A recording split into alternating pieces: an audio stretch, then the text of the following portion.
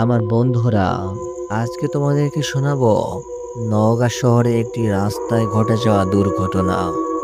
রাত তখন প্রায় 2টা বাজে।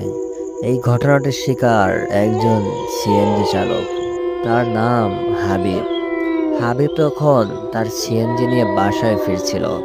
সে হঠাৎ দেখতে পেল দুজন মধ্যবয়সী লোক তাকে সিএনজি থামানোর জন্য অনুরোধ করছে।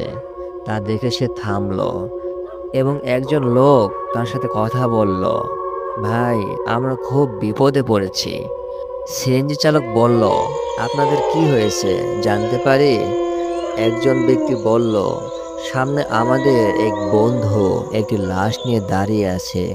ওই লাশটাকে নিয়ে আমাদের সামনের গ্রামে যেতে হবে। তুমি কি আমাদের পৌঁছে দিতে পারবে? হাবিব কিছুক্ষণ ভাবলো। তার মাঝে ওনাদের জন্য দয়া